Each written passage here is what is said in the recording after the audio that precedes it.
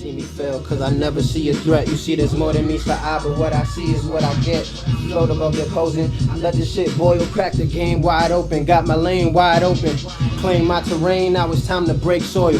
Get a couple thousand and it's time to fly coastal. These days it's getting harder to call us local. All around the map, earn the worth to bring it back. I got it to the science, know the strategies exact. Rising from the ash, not residing in the past. Well aware my fate could be decided in a flash. Walk around cautious, never scared, earning profit. Walk around. I am low key because I don't like attention for real. But it's kind of like a battle, but it's helping me like learn about myself, as corny as that sounds. Cause like you gotta be out there.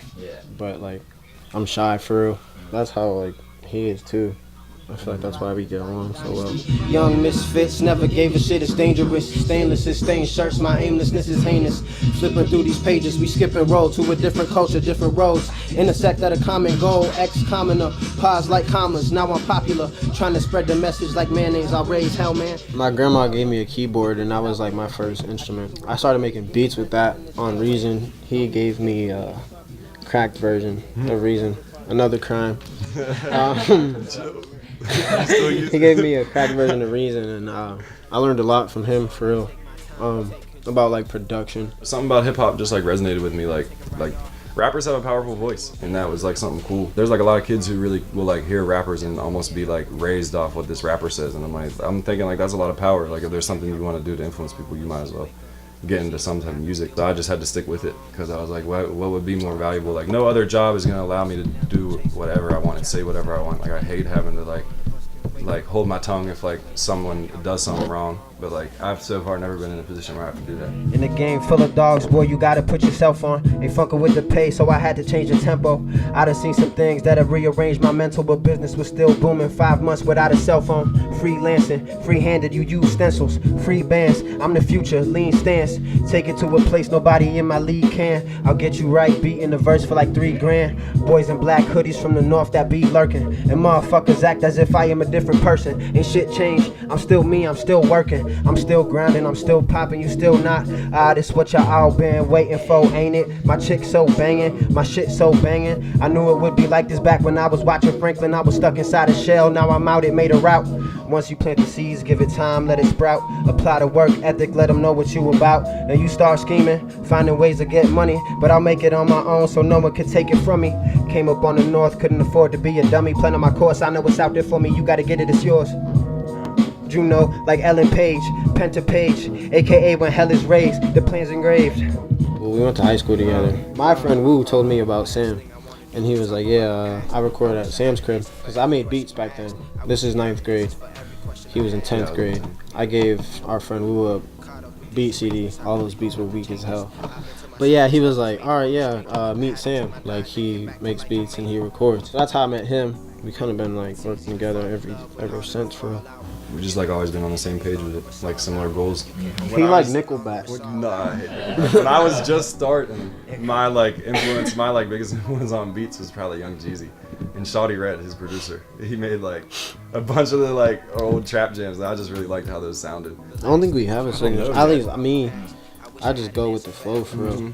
Like whatever we make, like every beat we make sounds different. Like we're just like, all right, what hasn't been done before? I'll tell you what I do try to do. How he brought up like the Beatles. Well, I read about like how they recorded like that Sgt. Pepper album recently, just when we got back from New York.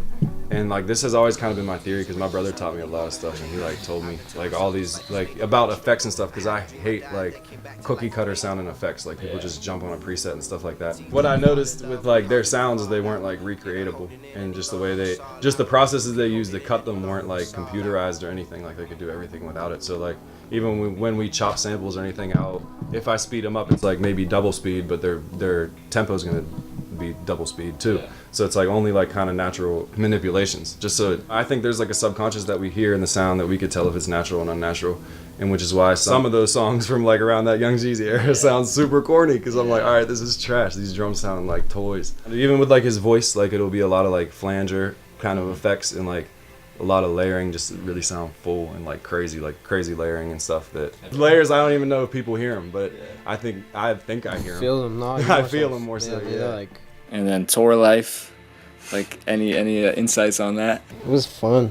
It was really fun. Yeah, I feel like we all learned a lot It made us like more. It made me feel more like professional, cause like backstory to this, like I dropped out of school. I didn't really drop out. I kind of got kicked out. I just like failed a class, and I went to like Pitt Greensburg for engineering, and I just didn't want to be there for real.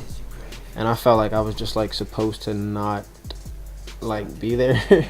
My mom's gonna kill me, hear this and kill me, cause my mom was like, you need to like go to school, get a job or do something. And then I was just like, just wait, please, just like stop. I'm like, I just felt something was gonna happen. It's weird. Like I can't even explain it, because like a lot of things, like if I explain to me, it'd be like you're bullshitting. But it just feels like I was supposed to happen. It was supposed to be there. How does your mom feel about you doing music now that you've done like more than your main move? Like now, before she was like more so like, you need to get a job, you need to go back to school. Now she's like, okay, how can you advance your career in music? So she's definitely like more supportive now. I was at like my mom's friend's house, and like they had a piano there, and I was just like playing chords. Like I don't know how to play piano, but like I can play like some chords. And she's like, oh wow, I didn't know you knew how to play piano. I was like, what the hell do you think I was doing in my room like the whole time when all that music was coming out?